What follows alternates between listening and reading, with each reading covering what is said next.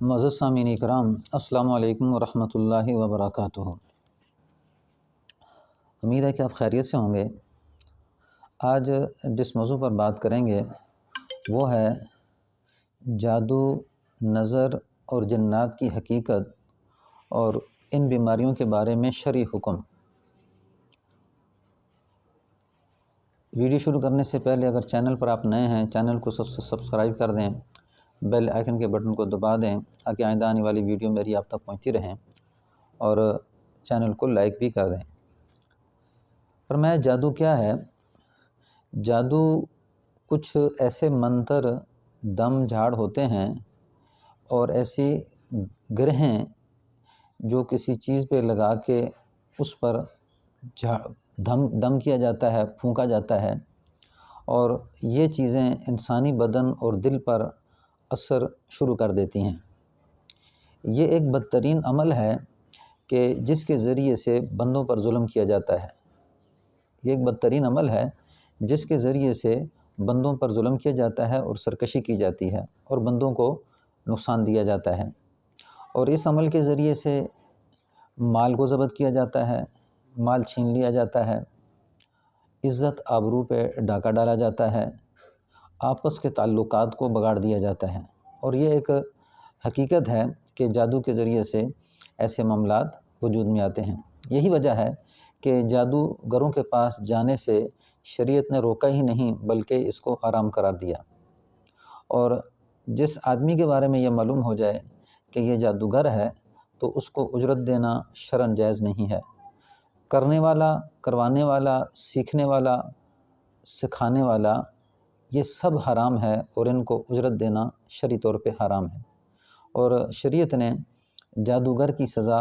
قتل رکھی ہے کہ جس کے بارے میں یہ معلوم ہو جائے کہ یہ جادوگر ہے تو وقت کی حکومت اسے قتل کر سکتی ہے۔ یہ شریعت نے حکم دیا ہے۔ یہ تھی جادو کے معاملے میں کچھ باتیں، اور یہ حقیقت ہے کہ جادو سے انسان کے بہت سارے معاملات خراب ہو جاتے ہیں۔ پھر جنات ہیں، دوسری جو بیماری ہے جو پوشیدہ طور پہ نظر نہیں آتی، تو جنات کے شر سے محفوظ رہنا، یہ یا جنات کیوں انسان کو تکلیف دیتے ہیں، یہ دو چیزیں ہیں۔ یعنی جنات سے آدمی کس طرح محفوظ ہو سکتا ہے، اور جنات کیوں انسان کو تکلیفیں دیتے ہیں۔ تو بعض اوقات تو ایسا ہوتا ہے کہ جنات میں سے کوئی جن کسی انسان کا عاشق بن جاتا ہے اور نفسانی خواہشات کو پورا کرنے کی اس کے دل کے اندر حسرت ہوتی ہے، جس وجہ سے وہ کسی مرد یا عورت کے اوپر جسم میں داخل ہو جاتا ہے اور اسے تکلیف دیتا ہے، یعنی عشق کی وجہ سے۔ اور اللہ نے تو حکم دیا جہاں پہ، لیکن یہ ظالم جن ہوتا ہے جو کسی کے بدن میں داخل ہو کے اس انسان کو تکلیف دیتا ہے، کیونکہ انسان تو جنات کو نہیں دیکھتا لیکن جن انسان کو دیکھ رہے ہیں۔ پھر بعض اوقات ایسا ہوتا ہے کہ انسان کسی جگہ سے گزرا تو وہاں پہ اس نے کیا کیا، کوئی گرم پانی تھا وہ پھینکا جو جنات کے اوپر گر گیا اور انہیں تکلیف پہنچی، تو یہ سبب بنتا ہے انسان کے بدن میں جن کے داخل ہونے کا۔ بعض اوقات کسی سوراخ کے اندر پیشاب کر دیا اور وہ پیشاب جب ان کو تکلیف ان سے پہنچی تو اس شدت کی وجہ سے وہ انسانوں کو تکلیف دیتے ہیں۔ شیطانوں میں بعض اوقات اوباش قسم کے لوگ بھی ہوتے ہیں، جس طرح انسانوں میں گندے لوگ ہیں، دین سے ہٹے ہوئے لوگ ہیں، لوگوں کو تکلیف پریشانی دینے کے لیے وہ ہر وقت کوشاں رہتے ہیں، تو ایسے ہی جناتوں میں سے بھی ہوتے ہیں۔ تو وہ جنات کیا کرتے ہیں جو اوباش قسم کے ہیں، ظالم ہیں، تو وہ ظالم اوباش انسان کے بدن میں داخل ہو کے یا انسان کو کسی طرح سے تکلیف دیتے ہیں، اور اس تکلیف دینے کی وجہ سے انسان پریشانیوں میں، تکلیفوں میں، سختیوں میں مبتلا ہو جاتا ہے۔ جس طرح انسانوں کا معاملہ ہوتا ہے اسی طرح جنات کا معاملہ ہے، کیونکہ اللہ نے جن اور انسان کو اپنی بندگی کے لیے پیدا کیا ہے۔ تو بعض جس طرح انسانوں میں سمجھدار ہوتے ہیں، دیندار ہوتے ہیں، اسی طرح جنات میں بھی سمجھدار ہوتے ہیں اور دیندار ہوتے ہیں، وہ کسی کو تکلیف نہیں دیتے۔ لیکن جو ظالم ہیں، جس طرح انسانوں میں ظالم ہیں تو وہ کسی کا خیال نہیں رکھے گا، صرف خواہشات نفس کی وجہ سے وہ دوسرے کے اوپر ظلم کرے گا اور دنیا کو بنانے کی خاطر وہ ایسا کرے گا، تو یہ شریعت نے اس کو منع کیا، اور وہ کیا کر رہا ہے، وہ ظلم کر رہا ہے۔ اچھا، اگر جب یہ چیزیں یعنی کہ جنات کے انسان کے اوپر مسلط ہونے کا ذریعہ بنتی ہیں، تو اب اس کا جو شرعی حکم ہے، اگر کوئی انسان اس قابل ہے تو جنات کو ان کے ظلم سے روک سکتا ہے، تو یہ روکنے والا اللہ کا ولی ہے، یہ روکنے والا اللہ کا بنی ہے۔ اگر وہ جنات سے رابطہ کرتا ہے کسی طریقے سے اور اس کو ظلم سے روک سکتا ہے، اس کے اندر اللہ نے یہ قوت طاقت رکھی ہے، تو ایسا کرنے والا اللہ کا ولی ہے۔ لیکن ان سے فائدہ اٹھانا شرعاً یہ حکم ممنوع ہے۔ اگر فائدہ اٹھاتا ہے جس سے اللہ رسول نے منع کیا، کسی ظلم زیادتی میں، قتل کرنے میں، بدکاری کرنے میں، چوری کرنے میں اور حرام کاری کرنے میں، تو اللہ کے نبی نے اس بات سے منع فرمایا، اللہ کے رسول نے اس بات سے منع فرمایا، اللہ نے منع فرمایا۔ جائز کاموں میں اگر مدد لیتا ہے تو وہ بھی ممنوع ہے۔ اگر جائز کاموں میں بھی کوئی انسان جنات سے مدد لیتا ہے تو وہ بھی ممنوع ہے، اس سے مدد نہیں لے سکتا۔ یہ تو شرعی حکم ہے، یعنی جنات سے مدد لینا شرعاً جائز نہیں ہے، لیکن اللہ کا ایسا ولی جو اسے روک سکتا ہے بغیر کسی کی مدد کے، اللہ کی مدد کے ساتھ، تو پھر یہ ایک اللہ کا ولی ہے، یہ اسے روکے۔ اسی طرح حضرت معاویہ ابن حکم کی حدیث ہے کہ اللہ سبحانہ و تعالیٰ کے پاس، اللہ تعالیٰ سبحانہ و تعالیٰ کے رسول حضرت محمد صلی اللہ علیہ وسلم کے پاس کچھ صحابی آئے، فرمایا اللہ کے رسول، اللہ نے ہمیں اسلام کی توفیق عطا فرمائی، ہمارے کچھ لوگ ہیں جو کاہنوں جادوگروں کے پاس جاتے ہیں، تو آپ کا کیا حکم ہے؟ تو آپ نے فرمایا کہ ان کے پاس نہ جایا کرو، فلا تاتیہم۔ جو کسی جادوگر کے، کاہن کے پاس گیا اور غیب کی خبر وہ بتانے والا بتاتا ہے اور اس کے پاس وہ جاتا ہے، جانے کے بعد اس نے کیا کی کہ آپ صلی اللہ علیہ وسلم فرمایا من اطاع الراف او کاہن وصدقہ بما یقول وقد کفر بما انزل علی محمد صلی اللہ علیہ وسلم۔ یعنی جو انسان کسی کاہن کے پاس جاتا ہے یا جادوگر کے پاس جاتا ہے اور غیب کی خبر دینے والے کے پاس جاتا ہے اور اس کی تصدیق کر لیتا ہے، تو آپ سے فرمایا تحقیق اس نے کفر کیا، جو محمد صلی اللہ علیہ وسلم پر نازل ہوا اس کا اس نے انکار کر دیا۔ اور دوسری حدیث میں آتا ہے کہ 40 دن تک انسان کی نماز قبول نہیں ہوتی، یہ مسلم صحیح مسلم کی حدیث ہے۔ تو یعنی کاہن کے پاس جانا جو غیب کی خبریں بتاتا ہے، ایسے لوگوں کے پاس جانے کے بارے میں ممانعت آئی۔ اگر کسی کے پاس آپ علاج کے لیے گئے تو ایسے لوگوں سے علاج نہ کروایا جائے جو کیا کرتے ہیں، مریض کے ماں باپ کا نام پوچھتے ہیں یا ماں کا نام پوچھتے ہیں اور شیطانوں کی مدد لینے کے لیے وہ ایسا کرتے ہیں۔ اور پھر بعض اوقات کیسا کہ بدن سے لگی ہوئی چیز وہ مانگتے ہیں، کپڑا ہو گیا یا کوئی اور ایسی بنیان وغیرہ ہو گئی، تو اس سے بھی علاج کروانا شرعاً ممنوع ہے۔ یا بعض اوقات ایسے الفاظ ادا کرتا ہے جو سمجھ میں نہیں آتا، تو آپ کو معلوم نہیں کہ وہ کیا کر رہا ہے، تو یہ بھی جادوگر ہے۔ اور اللہ اکبر کے بغیر کسی جانور کے ذبح کرنے کا حکم کرتا ہے اور کہتا ہے کہ بھی تم نے اس کے اوپر تکبیر نہیں کہنی، یہ بھی جادوگر ہے، یہ بھی شیاطین سے مدد لے رہا ہے۔ اچھا، مریض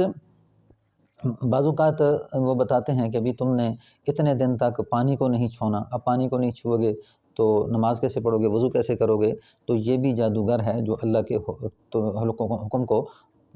توڑنے کی، آپ کو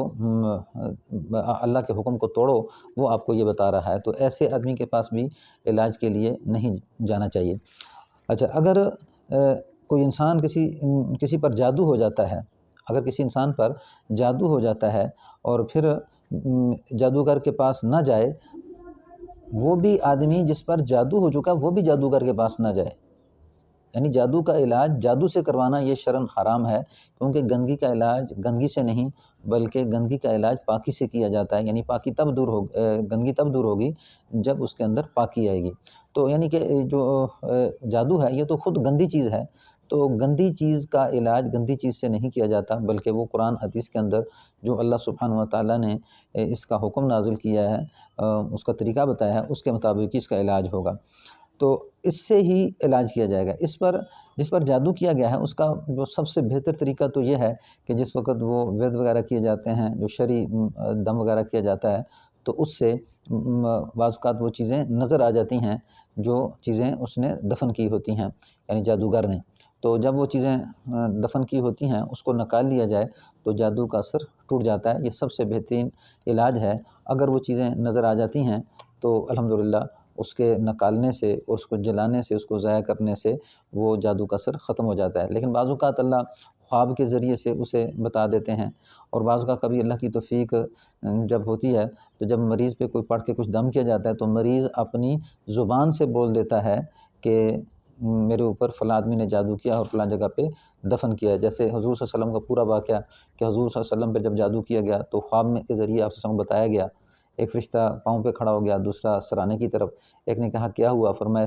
اس نبی پہ کیا ہوا؟ فرمایا اس پہ نبی پہ جادو ہوا۔ دوسرے نے کہا کس نے کیا؟ فرمایا لبید بن عاصم کے جو لاحقین تھے گھر والے، ان کی بچیاں، اور لبید بن عاصم، میں وہ کہاں پہ دفن ہوا؟ تو فرمایا کہ وہ زربانہ میں کمرے کے اندر دفن ہوا۔ تو یہ سب کس کے ذریعے بتایا گیا؟ یہ خواب کے ذریعے سے بتایا گیا۔ تو اس طرح اللہ سبحانہ و تعالیٰ اس چیز کو ظاہر کر دیتے ہیں۔ اور پھر شرعی دم جس وقت کیا جاتا ہے، کوئی ایسا معالج ہو جو شرعی دم کرنے والا ہو، اللہ کے کلام سے، رسول اللہ صلی اللہ علیہ وسلم کی حدیث سے، جس کا معنی مفہوم وہ پڑھ رہا ہے اونچی آواز سے، اور سننے والے کو معلوم ہوتا ہے کہ یہ قرآن پڑھ رہا ہے، صاحب تقویٰ ہو، اور جو ہے نا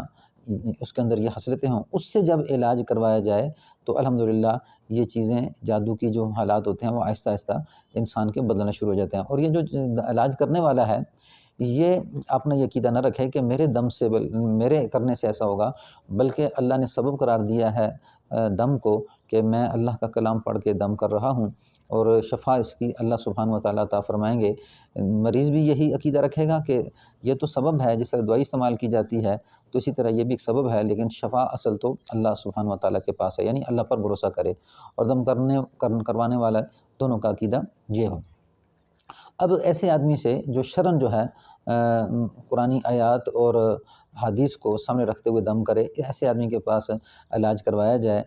یہ شرعاً اللہ نے حکم دیا ہے کہ تم اس کے ایسا کر سکتے ہو، ورنہ جب جادوگر ہے اس کی ترتیب تو بالکل ہی جدا ہے۔ پھر جو جائز دعائیں ہیں، اس میں شہد ہے، کلونجی ہے، زیتون، حجامہ کروانا، عجوہ کھجوریں، جیسے شہد کے بارے میں قرآن پاک کے اندر آیا کہ یخرج من بطونها شراب مختلف الوانه فی شفاء للناس، وہ جو مکھیوں کے پیڑ سے نکلتا ہے، اللہ سبحانہ و تعالیٰ نے لوگوں کے لیے اس میں شفا رکھی ہے، بے شک اس میں غور و فکر کرنے والوں کے لیے اللہ سبحانہ و تعالیٰ نے نشانی رکھی ہے۔ تو یعنی شہد کا پینا جس انسان پہ جادو ہے، اس سے بھی جادو کے علاج میں انسان کو کافی آسانی پیدا ہو جاتی ہے۔ اسی طرح کلونجی کے بارے میں ہمارا کہ سوائے موت کے علاوہ اللہ سبحانہ و تعالیٰ نے ہر مرض کا اس میں علاج رکھا ہے۔ زیتون کھانا، پھر حجامے کروانا، اور پھر داغنا، تو آپ سے فرمایا کہ میں داغنے سے منع کرتا ہوں کہ اس سے بدن پہ نشان پڑ جاتے ہیں، تو یعنی یہ حدیثیں آ رہی ہیں۔ صحیح بخاری میں صحیح حدیث میں ہے کہ شہد پینا اس سے انسان کو فائدہ ہوتا ہے، اور آگ سے داغنے سے آپ صلی اللہ علیہ وسلم نے منع فرما دیا۔ تو اس طرح یعنی کہ مریض کے اوپر یعنی کہ یہ حالات جو بتایا ہے کہ کن لوگوں کے پاس جا کے علاج کروانا ہے، وہ جو شرعی احکام کو پورا کرنے والے ہیں، یعنی علاج شریعت کے مطابق کر رہے ہیں۔ جادو کا علاج بھی وہاں سے ہوگا، جنات کا علاج بھی وہاں سے ہوگا۔ اسی طرح نظر کے بارے میں بتایا کہ نظر برحق ہے، نظر انسان کو قبر تک، اونٹ کو ہنڈی تک پہنچا دیتی ہے، تو نظر بھی برحق ہے۔ یعنی یہ 3 بیماریاں برحق ہیں، لیکن ان کا علاج شریعت نے مقرر کر دیا ہے اور انسانوں کو دھوکے سے نکال دیا ہے۔ لیکن ہمارے عام معاشرے میں یہ رواج پیدا ہو چکا ہے، حساب و کتاب، اور لوگ سمجھ نہیں رکھتے، اور یہ کاہن ہے جو حساب و کتاب کر رہا ہے۔ تو یاد رکھے کہ اللہ سبحانہ و تعالیٰ نے قرآن مجید کے اندر بہت بڑی طاقت رکھی ہے، کیونکہ اس کا علاج بھی قرآن حدیث سے ثابت ہوتا ہے کہ وَنُنَزِّلُ مِنَ الْقُرْآنِ مَا هُوَ شِفَاء، ہم نے قرآن میں سے کچھ آیتیں ایسی نازل کی ہیں جو مومنوں کے لیے شفا اور رحمت ہیں۔ قُلْ وَلِلَّذِينَ آمَنُوا هُدًى وَشِفَاء، کہہ دے ایمان والوں کو قرآن ان کے لیے ہدایت بھی ہے، شفا بھی ہے۔ وَالَّذِينَ لَا يُؤْمِنُونَ فِي آذَانِهِمْ وَقْرٌ عَلَيْهِمْ عَمًى، وہ لوگ جو یقین نہیں رکھتے ان کے کانوں میں کیلیں اور ان کی آنکھوں میں اندھا پن ہے۔ تو یہ ہمیں جو علاج بتایا جا رہا ہے بالکل قرآن حدیث میں اس کا تذکرہ ہے، اور طاقت کس کی ہے؟ اللہ سبحانہ و تعالیٰ کی طاقت ہے۔ ہم اللہ تعالیٰ کی طاقت سے متاثر نہیں، اور جنات اور وہ لوگ جو بالکل کاہن، نجوم اور بے دین لوگ ہیں، ہم ان سے اثر لے رہے ہیں۔ تو ہم نے اللہ کی کتاب پہ یقین کرتے ہوئے اس کا شرعی علاج کروانا ہے، تو اس سے الحمدللہ بیماریاں انسان کے بدن سے نکل جاتی ہیں۔ یہ تھا اس کا شرعی علاج، اور جب جو علاج کرنے والا ہے وہ قرآنی آیات ہیں جو بالکل واضح ہیں، انسان کو سمجھ میں آتی ہیں۔ اسی طرح حدیث ہیں جو حضور صلی اللہ علیہ وسلم کی، اس کا علاج ہے